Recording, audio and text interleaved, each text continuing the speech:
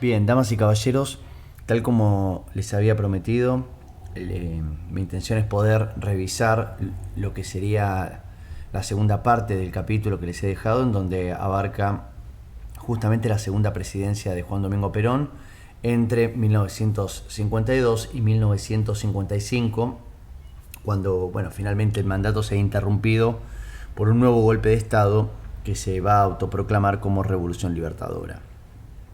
Hagamos un repaso de todas formas de cómo se llega a esa segunda presidencia. Yo les había comentado que la experiencia peronista más exitosa, la que ha quedado en el recuerdo de los sectores populares, se extiende entre el 46 y el 49. A partir del 49 ya empieza a encontrar algunos límites que también derivan del cambio de la coyuntura económica en el marco internacional.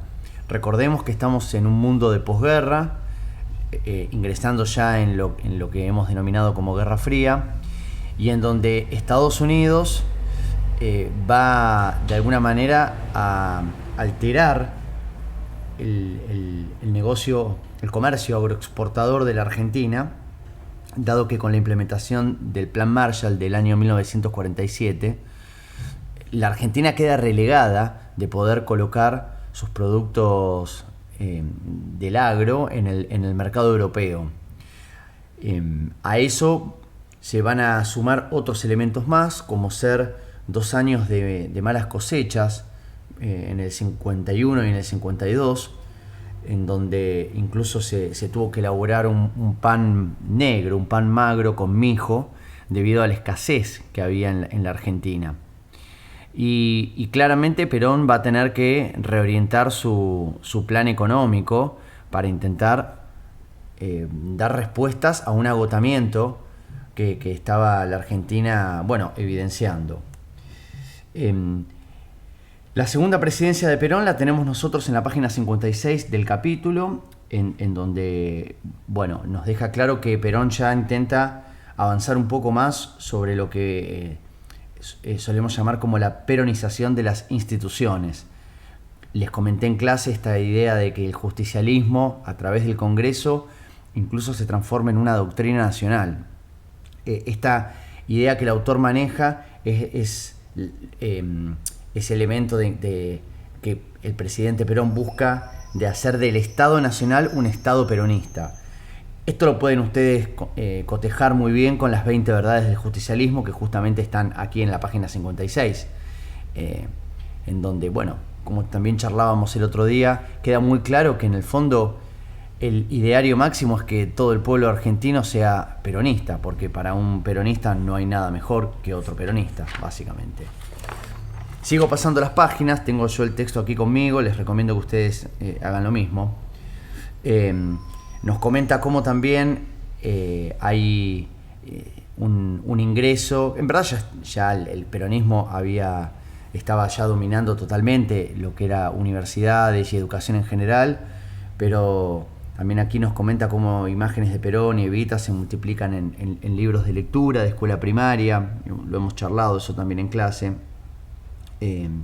Cómo todo el aparato educativo también queda a merced del peronismo, y desde allí también se baja un claro ideario que es el de la doctrina justicialista.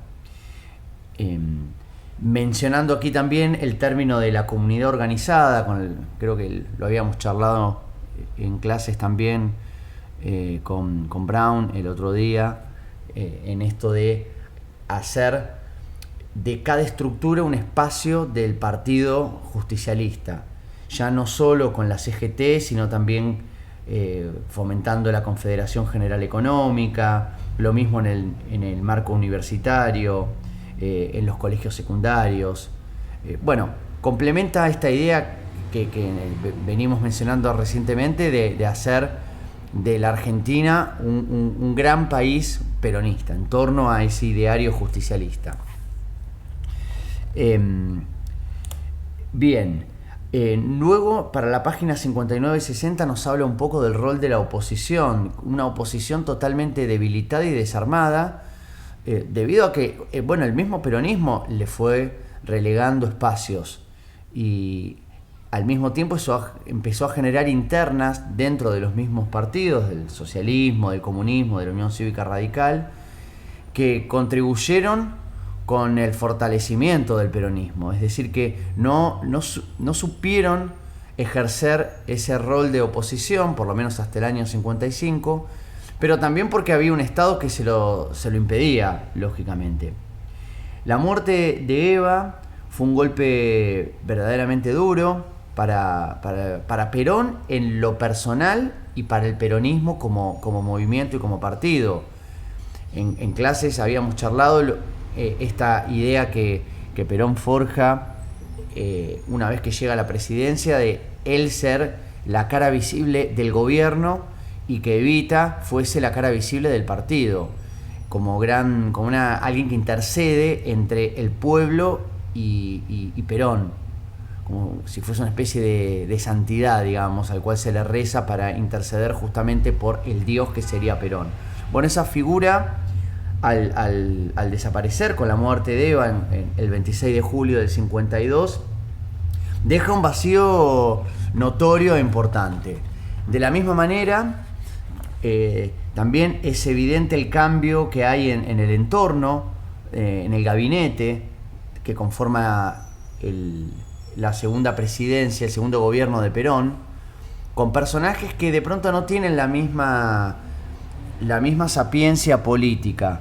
Perón en esto se va a equivocar también, ya está en un periodo en donde de alguna manera él cree poder con todo y va a chocar con sus propias limitaciones, lógicamente, teniendo en cuenta que además hay un contexto, como les decía, económico adverso. En el fondo todo es economía, damas y caballeros, y debemos entender que también es eso lo que le va a terminar colocando un punto a la experiencia del peronismo clásico.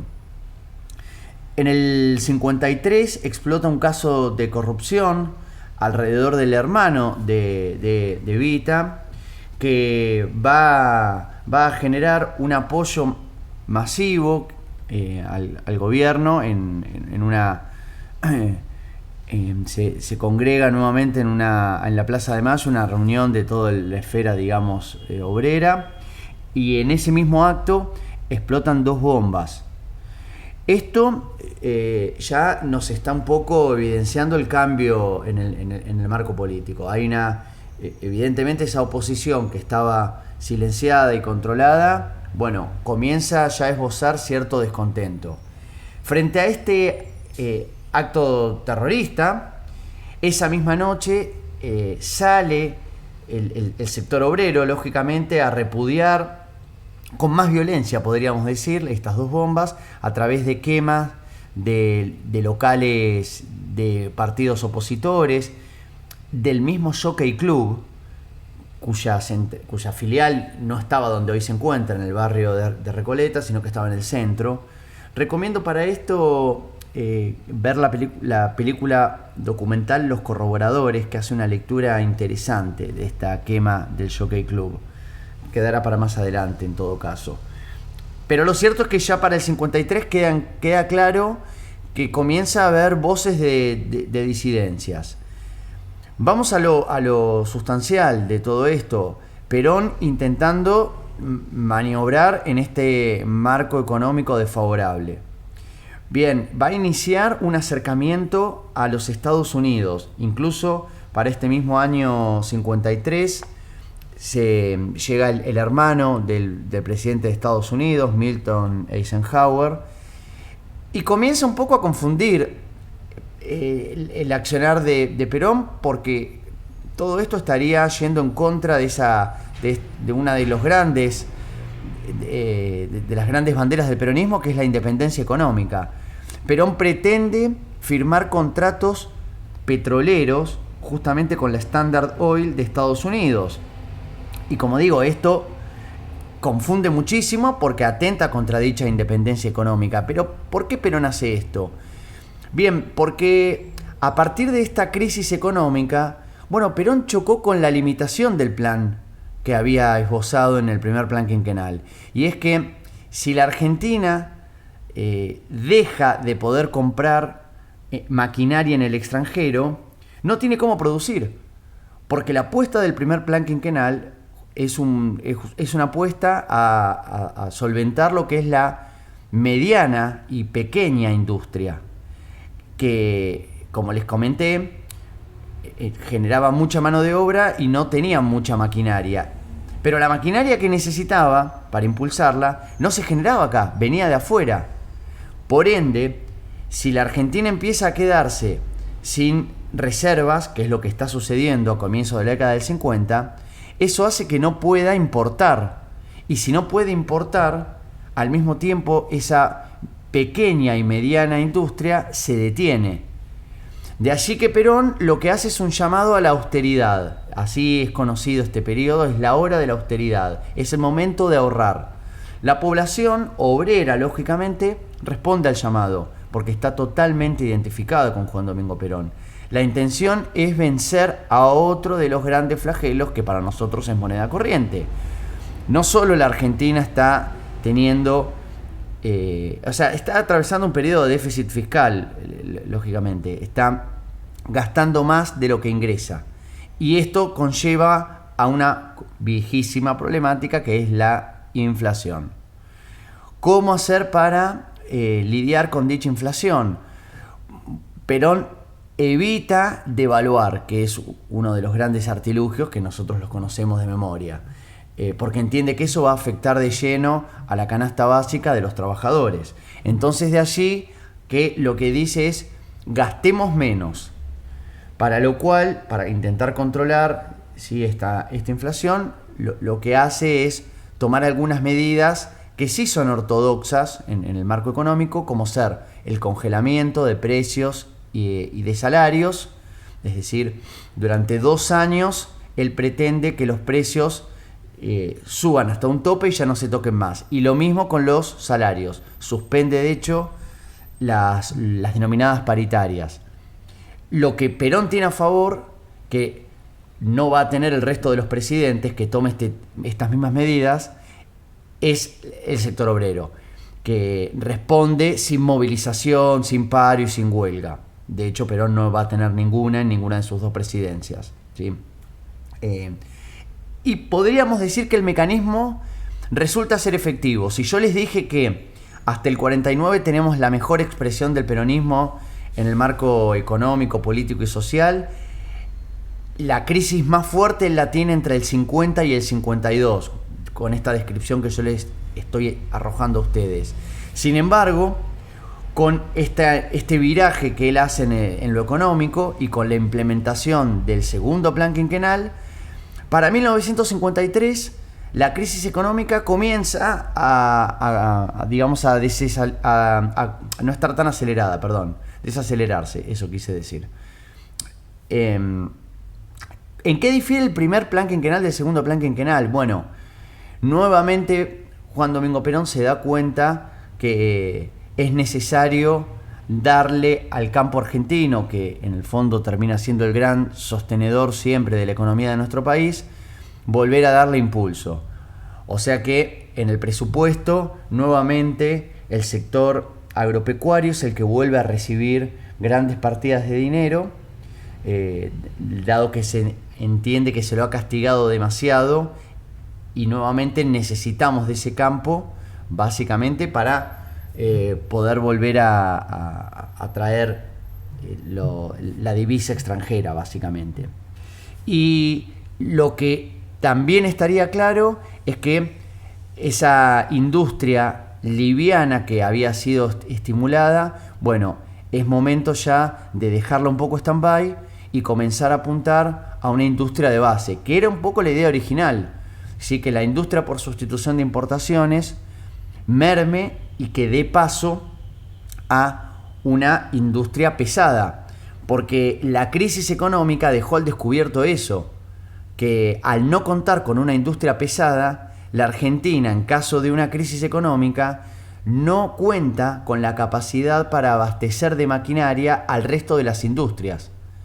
Entonces acá es donde se genera, ¿sí?, ese cambio económico en el marco de ese segundo plan quinquenal. Bien, sigo avanzando en el capítulo. Aquí ustedes tienen en la página 65 la hora de la austeridad, tal como les había anunciado, y la implementación de este segundo plan quinquenal, en donde también se busca que los capitales extranjeros lleguen también a la Argentina, porque ese es otro de los puntos en los cuales Perón se da cuenta que con la vertiente que había tenido el primer plan quinquenal, de pronto había desalentado el ingreso de empresas de afuera.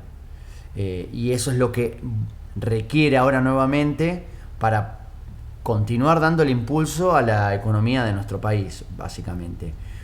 Los contratos petroleros que yo les había anunciado finalmente no se van a firmar porque recibe una crítica muy grande, particularmente, esto ténganlo en claro, de Arturo Frondizi, quien próximamente va a terminar siendo presidente y que insólitamente, o no, porque esto es Argentina, cuando él asuma como presidente va a incurrir en esta misma política, la de firmar contratos con empresas de afuera. ¿Por qué se firman contratos petroleros con empresas de afuera? Bueno, porque uno de los problemas que Perón evidencia y que el resto de los presidentes también se va a dar cuenta es que para mover esa industria pesada necesitas combustible, necesitas petróleo. En la Argentina hay una certeza de que dicho petróleo está, pero no contamos con la infraestructura suficiente como para, en principio, dar con dichos pozos y luego explotarlos. Es una problemática que al día de la fecha sigue vigente. De allí que de pronto un yacimiento como Vaca Muerta haya tenido tanta importancia desde hace ya unos cuantos años. Finalmente esto no se termina aprobando y como dije, genera más desconcierto que otra cosa en el fondo. Pero la idea es virar hacia esa modernización económica que Perón se da cuenta que no ha logrado, digamos, por lo menos con el desarrollo del primer plan quinquenal. Las elecciones legislativas que van a tener lugar en el año 54, de alguna manera, de todas formas, corroboran que Juan Domingo Perón todavía cuenta con mayoría, porque saca 2/3 de ese electorado para la Cámara Baja y la Cámara Alta. Sin embargo, este será un año trascendental debido a que en esa posición que yo les comentaba de un Perón que de alguna manera cree poder con todo, va a terminar rompiendo su vínculo con la Iglesia Católica. Y esta pelea va a ser para mí determinante y seguramente la que termine de conformar una oposición totalmente heterogénea, sin duda, pero oposición al fin. ¿Por qué se da esta pelea? Es una pelea de poder, básicamente. La Iglesia Católica comienza a ver por lo menos un sector empieza a ver con cierto recelo los espacios que el peronismo venía ocupando, que tradicionalmente los ocupaba la Iglesia Católica. Gran parte de la asistencia social que el peronismo comienza a dar en pos del partido peronista era lo que antiguamente la Iglesia daba a partir de organismos como Cáritas, de pronto. Además, una vez que Eva muere, se genera alrededor de ella una imagen cual santa, ¿sí?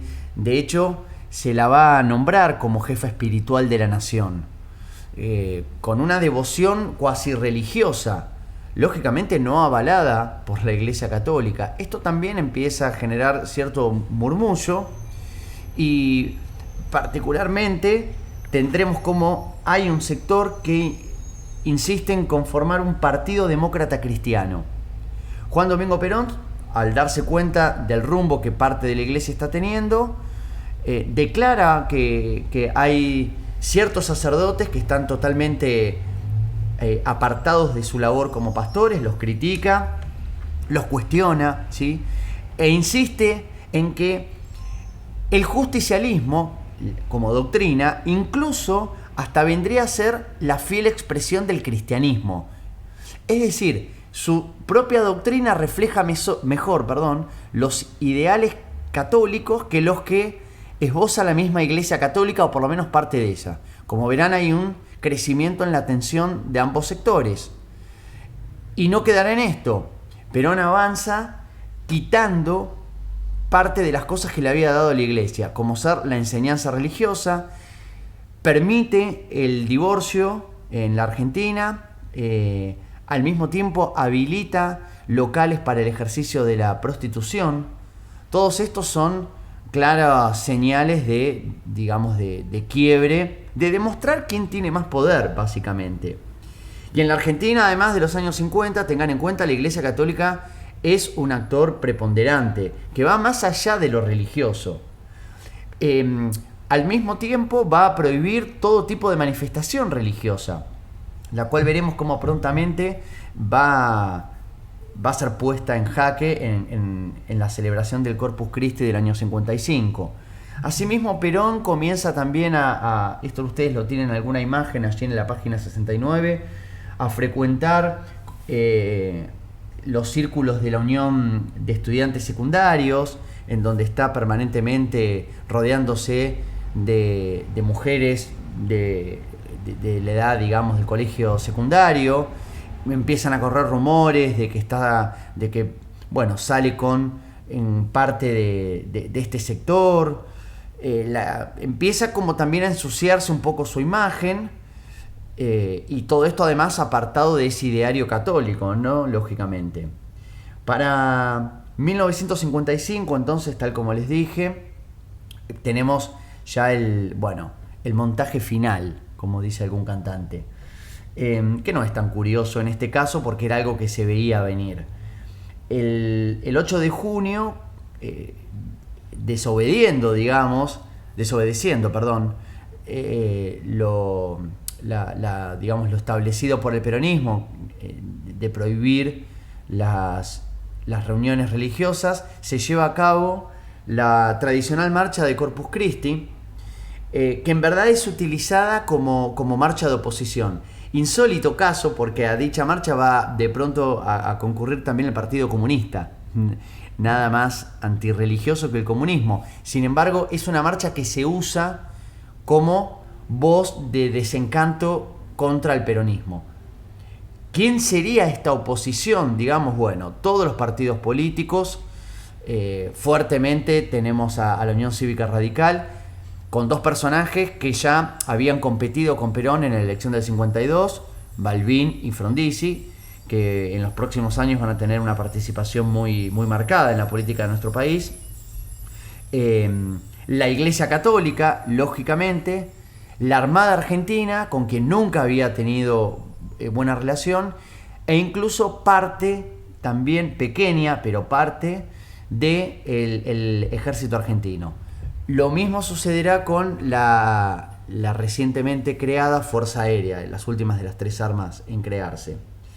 Finalmente, para el mismo mes de junio del año 55, en el día 16, uno de los hechos más aberrantes, más fatídicos de nuestra historia, que son esos bombardeos a la Plaza de Mayo, organizados por la Armada y la Fuerza Aérea, en donde hay un saldo importante de muertos, se aproxima a unos 300 muertos. Los bombardeos se hacen con el objetivo de matar a Perón, esa era la orden, se hacen un día de semana, durante la mañana, en donde, alrededor de la Casa de Gobierno hay, lógicamente, toda una actividad comercial que se está dando, con gente que está circulando, incluso hasta un microescolar que se encontraba en la zona por tener que realizar una visita a la Casa de Gobierno. Todo esto son alcanzados por bombas que arroja la Marina y parte de la Fuerza Aérea. Esto, resulta, como dije, no ser un hecho aberrante, porque incluso el ejército es quien sale a resistir el avance aéreo de la Marina y de la Fuerza Aérea. Es decir, que las Fuerzas Armadas entre sí se están peleando, y entre medio hay un saldo de civiles que mueren, y el objetivo es asesinar al presidente de la nación. Es decir, parece casi algo de ciencia ficción. A Perón se le avisa previamente de todo esto, con lo cual se lo traslada al Ministerio de Defensa, que está al lado, digamos, de la Casa de Gobierno, y desde allí, desde un búnker, digamos, que hay dentro del ministerio, él escucha todos los impactos de las bombas, los aviones finalmente se retiran hacia Uruguay, aviones que tenían la inscripción, importante esto, porque va a ser un símbolo fuerte, de Cristo vence. El símbolo de Cristo vence es una cruz con la B corta. Esto luego, una vez que el golpe del 55 se concrete, va a ser intervenido por la flamante resistencia peronista, transformando esas cruces en P, de Perón vuelve. Ya lo hablaremos más adelante todo esto. Finalmente entonces la jornada resulta ser una catástrofe, pero Perón no es asesinado.